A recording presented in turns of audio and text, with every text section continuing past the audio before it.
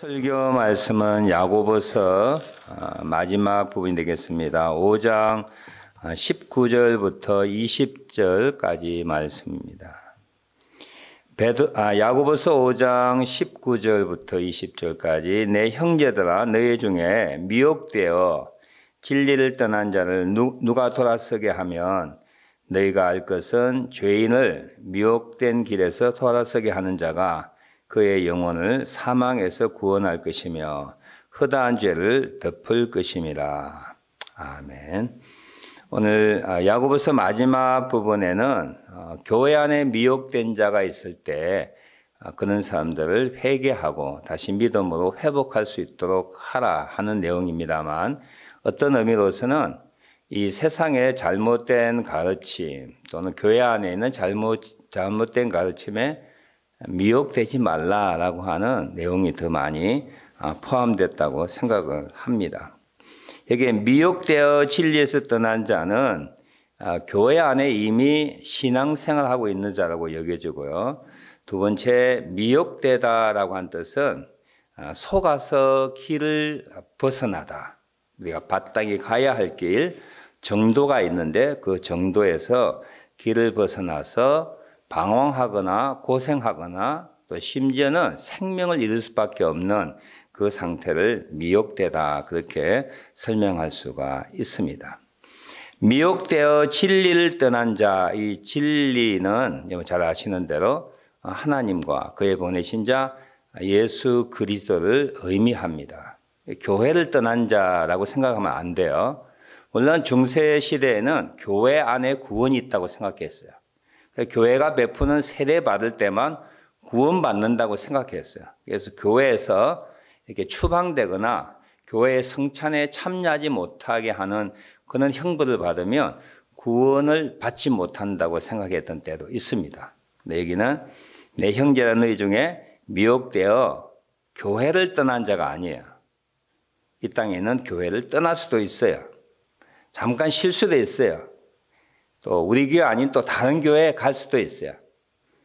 네. 제 생각에는 여러분이 동의할지 모르지만 개신교에서 캐토릭으로 갈 수 있어요. 그걸 의미하는 거죠.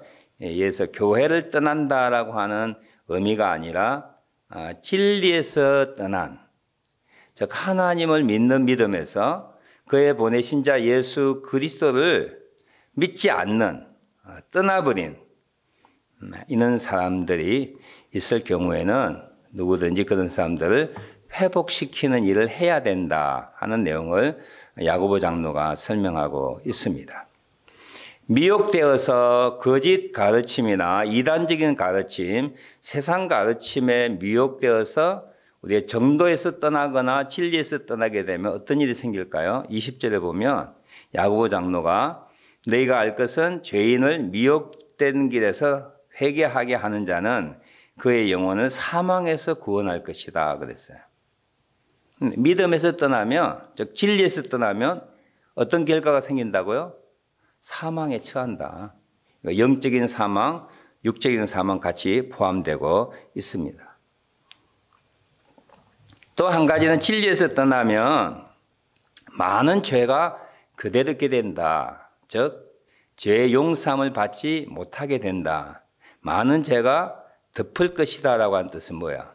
즉 죄가 용서받지 못한다, 용서받는다는 뜻이잖아요. 그러니까 진리에서 떠나면 죄가 용서받지 못한다 라고 하는 의미를 설명할 수 있습니다. 그런데 이 내용을 조금 생각해 보면 우리 마음속에 의구심이 생길 때가 있어요. 정말 교회에 하나님을 믿고 예수님을 하나님의 보내신 자로 그분이 내 죄를 위해 죽으신 분을 믿는 자가 정말 진리를 떠날 수 있을까라고 하는 질문이에요. 이거 어떻게 생각하세요? 예를 들면 교회 생활 잘 했는데, 교회 집사였는데, 신앙 고백도 했는데 어느 날 갑자기 교회가 싫어졌습니다. 하나님 믿는 게 헛된 것 같습니다. 나는 마음을 돌이켜서 옛날에 믿었던 불교로 돌아가겠습니다.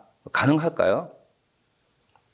우리 황희수 선교사님 불교에 옛날에 보살처럼 목딱 가지고 이민 오셨는데 지금 선교사 되셨는데 좀 지나친 질문이지만 다시 교회가 환멸이 생긴다. 뭐 여러 가지 이유로서 불교로 가겠어요? 다시 목탁 두들기며 나무아미 간센보살 하시겠어요? 이 많은 질문이 있어요. 그럼 교회 생활하면서 떠난 자가 있단 말이에요. 그럼 그것은 도대체 어떤 자라고 하는 거예요? 거기에 대한 질문에 대한 답은 하려면은 많이 길어지는데, 제가 몇 번이나 설교 때 이야기했듯이, 사실 아까도 얘기했듯이 교회에서 성당으로 캐토릭에서 개신교회로 오는 것은 가능하다고 생각해요. 그러나 정말 하나님을 믿고 예수를 믿어 그 영혼 속에 하나님의 영, 진리의 영, 구원의 영, 하나님의 거룩한 영이 있는 그가, 우리 속에 오셔서 떠나지 아니하는 성령님이 계시는 그가 우상 앞에 절할 수 있을까? 그건 의문이에요. 이건 짐작할 수 있죠. 정말 내 속에 하나님의 영이 계시는데 어느 한순간에 내가 하나님을 믿지 않겠다. 그 목탁 들고 목탁 든 그 중 앞에서 염불하고 백배 할 수 있겠느냐 말이야. 할 수 있을까요? 저는 불가능하다고 생각해요. 어쨌든 이 문제는 생각을 우리가 많이 해야 될 문제고, 이 문제 가지고 다시 한번 설교를 한두 번 해야 될 내용인데, 교회 신앙생활을 하면서 교회에 출석하면서 교인이라고 말하면서 진리를 떠나가는 사람이 초대교회나 지금은 있을 수 있다라고 하는 거예요. 제 입장에서는, 제 생각에서는 그 성경적인 어떤 객관적인 이론과 추론에 의하면 저는 이렇게 말할 수 있습니다. 거듭나지 않은 사람이라고 말할 수 있어요. 거듭나 우리 영혼 속에 하나님의 영이 임재해 계시고 내주해 계시고 역사할 때는 결코 교회를 떠났지만 타 종교로 가서 우상 숭배하거나 이슬람을 간다든지 불교로 간다든지 다른 타 종교로 가서 신앙생활 할 수 없다고 생각해요. 근데 그 사람의 생각 때문이 아니라 그 영혼 속에 있는 하나님의 영 때문에 그런 거야. 하나님, 즉 하나님의 영, 즉 하나님이 계시기 때문에 그 하나님을 품고 있는 자가 다른 타 종교로 갈 수 없는 거야. 여기서 미혹되어 진리에서 떠난 자라고 하는 것은 거듭나지 않은 사람, 형식적으로 종교생활을 하는 사람, 이렇게 간주할 수가 있는 것이죠.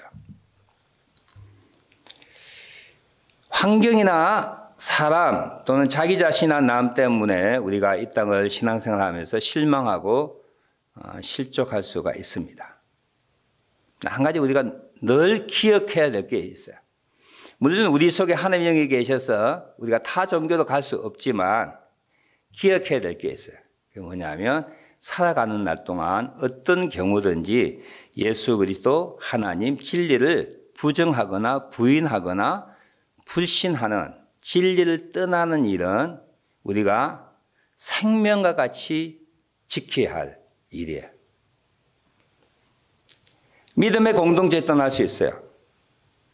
우리 주변에 많이 있어요. 신앙생활, 즉 믿음의 공동체를 떠나서 신앙생활 안 할 수 있어요. 몇 년 후에 회복될 수도 있고요. 그것도 사실은 믿음의 공동체를 떠나면 위험한 거죠. 거듭난 사람은 괜찮지만 거듭나지 않은 사람은 곧 사탄의 밥이 될 가능성이 많습니다. 예수님께 이런 말씀하신 거 기억나시죠? 사람 앞에서 나를 부인하면 나도 하나님 내 아버지 앞에서 천사들 앞에서 나를 부인한 그 사람을 부인하겠다. 예수님이 말씀하셨어요. 이 땅을 살아가며 우리는 친구를 잃을 수 있고 재물을 잃을 수 있고 명예를 잃을 수 있고 건강과 가족들, 사랑하는 사람들, 직장들 잃을 수가 있습니다. 떠날 수 있습니다. 한 가지 이것만은 하면 안 돼요. 하나님을 믿는 믿음, 즉 창조주 하나님, 그분의 보내신 자 예수 그리스도를 결코 떠나서는 안 되는 거예요. 우리 교회가 힘드시죠? 그럼 잠깐 집에서 쉬십시오. 폭포교회 나가시든지 토론토 나가시든지 쉬는 것은 괜찮아요. 어떤 의미는 쉬는 것은 자기 신앙을 점검하는 시간이 되기도 해요. 그러나 진리를 떠나면 뭐라 하세요? 진리를 떠난다는 그 자체가 내가 사망에 처하는 일이요, 나의 모든 죄가 허물을 용서받지 못하는 상태로 되는 거예요. 영원한 생명을 잃는 것보다 더 큰 손실이 없지요. 미혹되어 진리에서 떠난 자를 너희들은 회개하여 다시 정도로 믿음의 공동체를 회복시키도록 야고보 장로가 이야기했는데요. 우리에게 이런 질문이 있어요. 왜 어떤 사람들은 미혹되냐? 왜 속임을 받아서 신앙의 정도에서 떠나느냐라고 한 질문이에요. 이거 어떻게 생각하세요?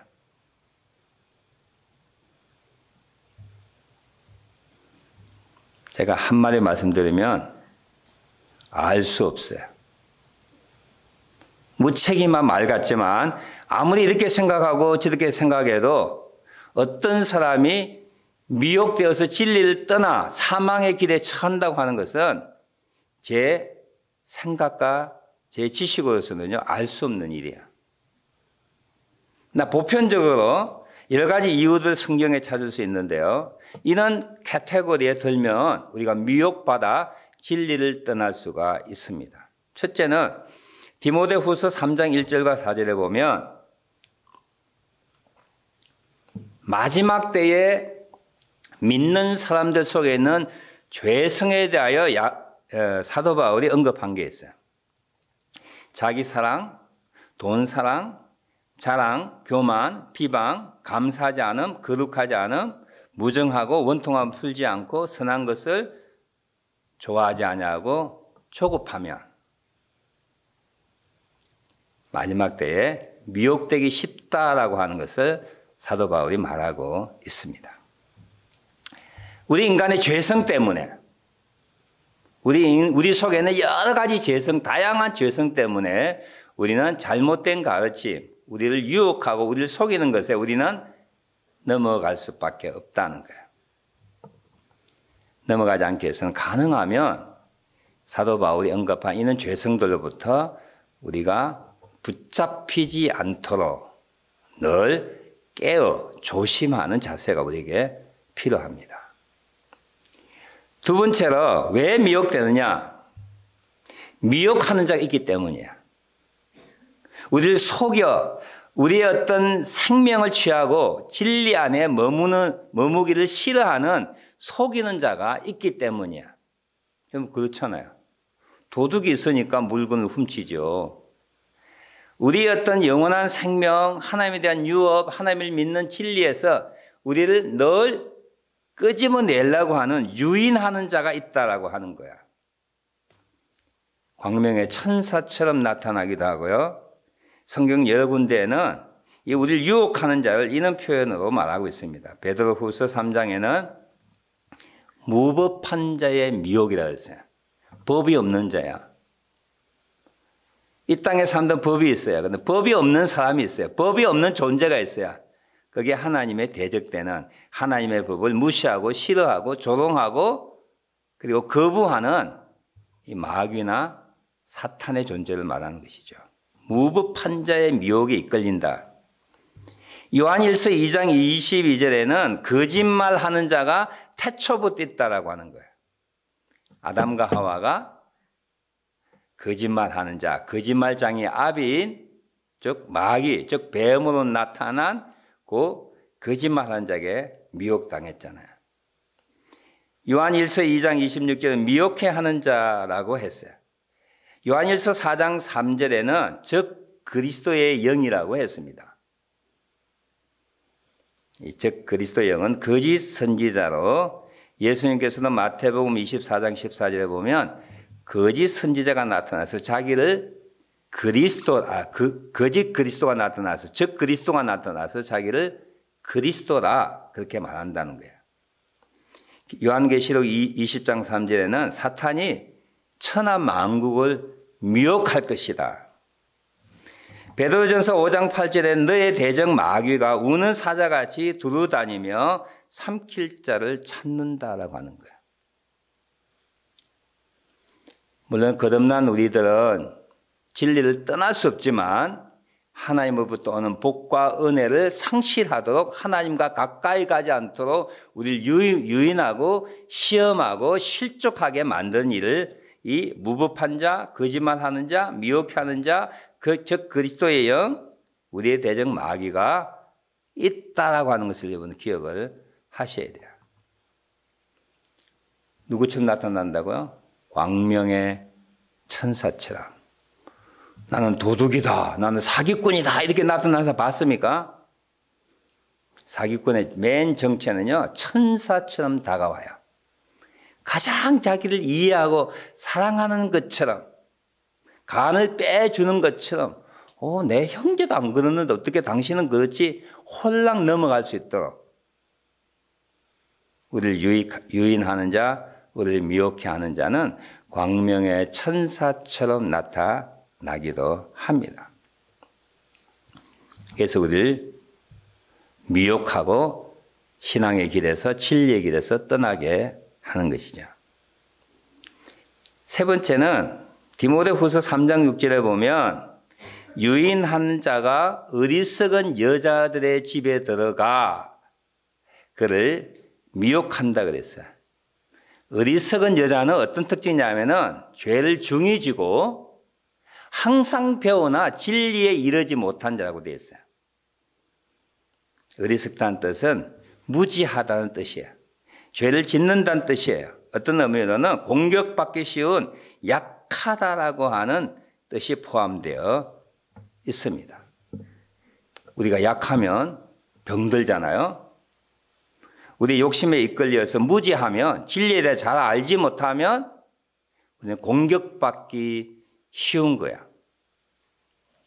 항상 교회에 누가 유혹을 잘 받는지 아십니까? 불평불만한 사람. 이거는 유혹에 미혹에 넘어가기 쉬운 거야.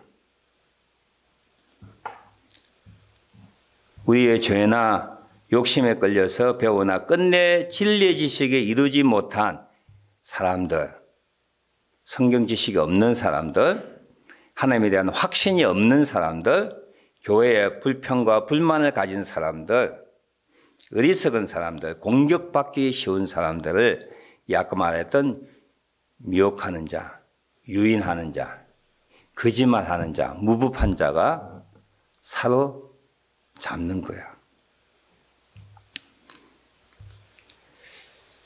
이 요한2서 10절에 보면 이단의 가르침을 하는 자들을 집에 들이지도 말고 인사도 하지 말라 그랬어요. 갈라디아서 5장 12절에 보면 유인하는 자, 미혹하는 자, 거짓말하는 자, 진리에 입각하지 아니한 자기 생각으로 우리를 실족시키는 자는 베어버리라 그랬어요. 디도서 3장 2절에는 그런 사람들을 한두 번 훈계하고 난 다음에는 멀리하라 그랬어요. 오늘 많은 사람들이 진리 아닌 것에 미혹되기 쉬워요. 이상한 것, 일반 교회에서 가르치지 않는 신비로운 것, 내가 알고 싶은 것 교회에서 말하지 않는데 알고 싶은 것을 가르치는 그는 거짓 교사나 이단의 가르침에 우리가 속아 넘어가기가 쉽습니다. 언젠가 제가 말씀드렸듯이 좀 여러분에게 좀 이상한 거 가르치거나 이상한 걸 보거나 하면 거기에 붙잡히시면 안 돼요. 반드시 교회의 지도자들에게, 목회자들이나 목자에게, 우리 장로님들에게 내가 유튜브 봤는데 좀 이상한데요. 또 보고, 그 다음 편 또 보고, 세 번째 또 보고, 다음에 궁금해서 또 보고 하다 보면 어느새 쇠뇌당하는 거야. 그러면 설교가 안 들려. 영혼이 병들기 시작하면 목회자의 설교가 안 들려. 교회 모든 것이 잘못됐다고 생각하고 볼 수밖에 없는 쇠뇌당하기 시작하는 거야. 요즘 유튜브 많이 보시죠? 조심해 보셔야 돼요. 나도 어젠가 그 다니엘 그 내 짐승을 찾는다고 보는데 보기 처음부터 끝까지 이상해요. 아, 이거는 이상한 교회에서 이단에서 올린 유튜브인데요. 출처도 없어요. 조심하셔야 되는 거예요. 또 그것이 혹하면 목사의 설교는 무식하다고 해요. 한때, 두때 반. 이게 1260일이거든요. 1260일을 1260년 해석하면서 쭉 해석한 거 보니까 기가 막히게 성경 지식이 아니라 너무 대단한 지식이에요. 근데 제가 오늘 아침 설교에 모른다 그랬거든요. 거기서 깍 사로잡히면 뭐예요? 아, 서목사 무식하구나. 뭘 모르는구나. 그렇게 색안경 낄 수가 있는 거예요. 나도 모르게 영적인 교만과 잘못된 것에 사로잡힐 수가 있는 것이죠. 누가 찾아와서 아, 집사님 성경 공부 좀 하십시다. 해야 돼요, 말아야 돼요? 한번 해보세요. 근데 교회에서만 하는 것까지 좀 이상하면 아, 죄송한데요. 안 하겠습니다. 라고 하든지 정중하게 아니면 단호하게 자르는 거 필요해요. 공부 또 하고 또 하고 또 할 때 그냥 합니까? 토론토 올 때 순대도 사가지고 오고 뭐도 사가지고 오고 김치끓이도 가져오고 가져오는 게 솔솔하게 100불 200불씩 가져온다고요. 일주일에 한 번 만나고 또 2주 만나고 3주 만나고 홀라당 넘어가는 거죠. 넘어가서 어떻게 돼요? 사망에 처하는 거예요. 허다한 죄를 덮지 못하는 죄인으로서 서게 되는 거예요. 하나님의 복을 상실하게 되는 거예요. 이 교회가 참 힘 없는 것 같지만 2000년 동안 수많은 이단들을 통하여 싸우고 순교하고 유배당하고 종교회를 통하여 회의하고 2000년 동안 그는 정통으로 하나의 말씀에 세워진 거예요. 우리 목사님 한 번도 설교하지 않은 거 기가 막힌 이야기 그런 거 없어요. 좀 이상하다 싶으면 어떻게 해야 돼요? 끊으셔야 돼요. 목회자한테 상의하십시오. 여러분 목자에게 상의하십시오. 장로님에게 상의하십시오. 신천지가 그런다고 했잖아요. 신천지는요. 전도사가 들어봐요. 전도사가 얼마나 교회 열심인지 세상 없는 교회 열심. 우리 교회도 얼마나 열심히 왔는데 어떤 사람이 더 왔는데 기가 막힌 거예요. 주일 예배, 수요 예배, 새벽 예배, 금요 예배, 뭐 부엌 봉사, 헌금, 안내, 상글상글 웃으면서 멋있게 고향 있고 우아하고 참 흠잡을 데 없는 사람이야. 그 자기 삶을 포섭합니다. 누구를 포섭해요? 저 아웃사이드에 있는 사람들 쫙 포섭해요. 그리고 말합니다. 우리 교회 전도, 우리 교회 목사님 은혜 없어. 설교 형편없어. 그 웅숭웅숭해가지고 목회자를 나가게 하고 그러면은 재직해서 이야기하는 거죠. 내가 목사님 한 분을 소개할까요? 그분은 사례비도 안 받는데 요즘에 얼마나 할렐루야입니까? 열심히 믿는 분 자기가 아는 목사님을 소개한다니까. 다 그분이 오셨는데 신천지야. 목사가 신천지, 그 교우도 신천지, 그 교회가 소개한 전도사도 신천지. 그래서 홀랑 교회가 신천지에 옮겨지는 거야. 그게 신천지 추수작전이야. 그래서 요즘에는 교회에 믿음 있고 열심히 있는 분 오면은 색안경 끼고 봐야 돼요. 저게 신천지가 아닌가. 그런 시대가 되어버렸어요. 이상하게 말하다가 이상하게 흘러갔습니다만 성경 공부한다 라고 하는 거 유튜브 이상한 거 보지 마십시오. 시간 많다고 차라리 울고 짜는 연속 방송국 보십시오. 예, 그게 더 낫습니다. 잘못된 거 한번 오염되면 사람은 한번 작은 것에 딱 사로잡히면 희한해요. 사람이라는 게 큰 것 때문에 넘어지는 게 아닙니다. 우리의 믿음이 큰 것 때문에 넘어지는 게 아니야.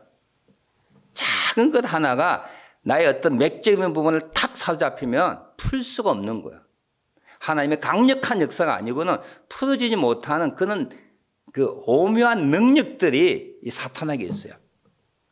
그래서 그걸 딱 하면 넘어지듯이 우리 영혼에 약점이 있거든요. 그 약점을 탁 말 한마디에서 올가매버리면 그냥 무너지는 거야. 어리석으면, 약하면, 공격받기 쉬우면 죄의 욕심에 끌려 배우나 끝내 지식에 이르지 못하는 어리석은 여자의 집에 들어가 그 영혼을 유혹한다 그랬거든요. 그러니까 어리석으면, 성경 말씀을 배우지만 진리 이르지 못하면 미혹받기 쉬운 거야. 우리 인간 속에 있는 죄성들, 그리고 우리를 넘어뜨리려고 하는, 우리를 미혹하게 하는 하나님의 원수되는 자들이 아직도 이 세상에는 활발하게 활동하게 있습니다. 문화라고 하는 이름으로요. 전통이라는 이름으로, 선행이라는 이름으로, 학문이라는 이름으로 정말 광명의 천사처럼 그렇게 포장하고 나타나기 때문에 잘 간파하지 못할 때가 있습니다. 근데 어리석으면 안 돼요. 하나님의 말씀을 잘 배워야 합니다.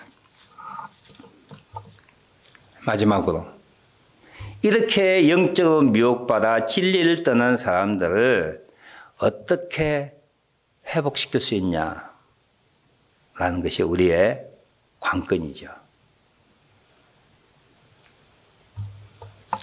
야고보 장로는 너희 중에 형제 중에 미혹되어서 진리를 떠는 자가 있으면 돌아서게 하라는 거야. 회복시키라는 거야. 그래야만 사망에 처하지 않고 허다한 죄가 덮을 것이기 때문이다. 제가 이거 아무리 생각해 봐도요, 굉장히 어려운 일이에요. 사람이 어떤 다른 영적인 확신에 사로잡히면 어떤 확신보다도 변화시키기가 힘듭니다. 그렇죠? 힘들어요.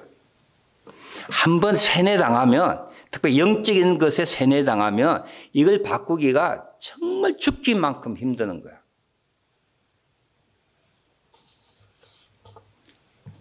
그렇지만 성경적인 방법 두 가지를 여러분에게 소개합니다. 뭐 더 많은 것도 있지만 첫 번째는 중보기도야. 중보기도. 우리 15절 말씀 봤듯이 믿음의 기도는 병든 자를 구원하리니 주께서 저를 일으키시리라. 육체적인 병든 자도 포함되어 있지만 영적인 병든 자, 영적으로 미혹된 자, 진리를 떠난 자들, 그런 자들 위하여 우리는 중보기도해야 합니다. 누가복음 22장 32절에 예수님께서는 자기를 3번 부인할 것을 미리 아시고 베드로에게 내가 너를 위하여 기도한다 그랬어요. 내가 너를 위하여 기도한다. 시험에 들지 않도록 믿음에서 떠나지 않도록 기도한다 그랬어요. 자기 선생을 3번 부인하고 산다고 하는 것은 이건 불가능한 일이에요. 수치스러운 일이에요. 자기 명예나 자존심이 다 땅에 떨어지기 때문에 회복되기라는 굉장히 여러분 어렵습니다. 여러분 쉽게 되겠어요? 정말 어려워요. 근데 베드로가 회복되었어요. 누구 때문에? 그 형제들 때문이 아니에요. 같은 동료들 때문이 아니에요. 누가복음 22장 32절에 보니까 3번 부인할 베드로를 향하여 내가 너를 위하여 기도한다 그랬어요. 네가 회복되면, 네가 다시 돌아서면 다른 형제를 위하여 이 같은 일을 하라. 넘어진 자를 세워주라. 베드로에게 부탁하셨어요. 중보기도 하셔야 돼요. 이게 기도의 능력입니다. 진리에서 떠난 미혹된 자들 어떻게 회복할 수 있어요? 기도해야 돼요. 하나님 앞에 그 영혼을 맡겨야 됩니다. 정말 하나님이 그 영혼을 위하여 자기 독생자를 죽여서 살린 사람이라면 하나님이 어떤 방법이든지 그를 회복시켜 주실 것입니다. 두 번째로 근고해야 되는데요. 마태복음 18장 15절부터 17절까지 예수님의 말씀이니까 전하지만 굉장히 굉장히 어려운 일이에요. 한번 영적 미혹되면 근거받지 않습니다. 왜냐하면 자기가 우월하다고 생각해요.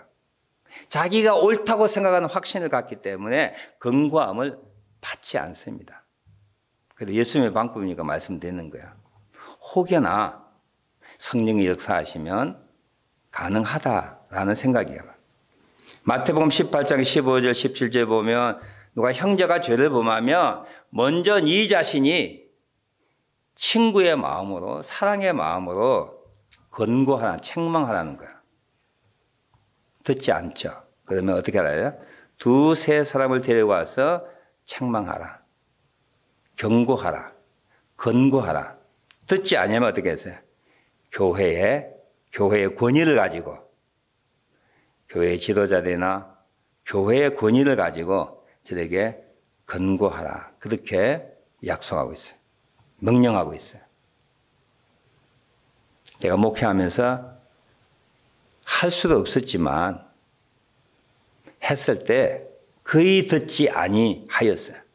그렇지만 예수님의 방법이니까 개인으로 권고하고 두세 사람이 권고하고 교회가 권고하라 라는 말씀 따라 혹시 진리에서 떠나 미혹된 자들을 우리가 그렇게 사랑의 마음으로 영적 권위를 가지고 또 같이 동정의 마음으로 권고할 때 주께서 역사할 수가 있을 것입니다. 이 내용을 제가 살피면서 한 가지 마음에 드는 그거예요. 중요한 것은 우리가 진리를 떠나 미혹되지 않는 것이 무엇보다도 중요하구나. 정말 잊지 말아야 하는 것 중에 하나, 아니 이래서는 안 되는 게 뭐냐면 미혹되어 진리를 떠나는 거야. 교회에 조금 쉬어도 괜찮아요. 우리 교회가 마음에 안 들면 토론토 가셔도 괜찮아요. 그거는 진리를 떠난 게 아니에요. 우리 나아가라 교회를 떠난 거예요.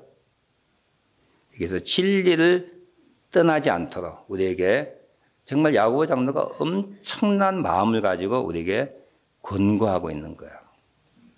진리를 떠나면 너희가 죽는다라고 하는 거예요. 진리를 떠나면 허다한 죄가 덮지 못할 것이다라고 하는 말이에요. 감사한 것은 우리 모두가 이 자리에 있는 분들이 우리 속에 있는 성령님께서 계시기 때문에 진리를 떠나지 못할 운명이라는 게 너무 감사하지 않으세요? 교회에서 상처받고 실망받았다고 저기 토론토 선운사에 가시겠어요? 저 나이가 폭포에 큰 어떻게 사찰이 있는데 글로 가시겠어요? 아무도 못 가시잖아요. 이게 바로 구원받은 증거입니다. 내 속에 성령님이 계시는 증거예요. 내게 영생이 있다고 한 증거예요. 내가 천국 간다는 증거예요. 야고보 장로가 우리에게 요청하고 우리에게 보장해 주는 메시지예요. 너는 절대로 진리를 떠나 미혹될 수 없다는 거예요. 혹시나 진리를 떠나 미혹된 자가 있다면 그 영혼이 사망에 처하기 때문에 허다한 죄가 덮지 못하기 때문에 저들 회복하는 그보다 더 중요한 게 없다는 거죠. 믿지 않는 자를 구원하는 것도 중요하지만 믿음의 문턱까지 왔다가 실족된 자 얼마나 안타까워요. 한 발자국만 들었으면 천국 가는데 그 한 발자국 들어서는 순간에 누군가 뒤로 낚아채가지고 넘어졌다면 어떤 의미로는 믿지 않는 자보다 회복시키기 힘들지 모르지만 그런 자들을 불쌍히 여기고 그런 사람들을 보호하고 지켜야 할 우리가 믿음의 공동체의 사명이라고 하는 것을 야고보 장로가 우리에게 가르치고 있습니다. 다시 19절 20절 말씀 우리 생각하시면서 우리 중에 미혹되어 진리를 떠난 자가 있다면 우리를 통하여 회복될 수 있도록 나를 사용하시고 또 한 가지 중요한 것은 내가 이 땅을 살아가면서 어떤 경우에도 어떤 상황에도 미혹되어서 진리를 떠나지 않게 하소서 그렇게 다짐하는 기도하는 시간 같습니다.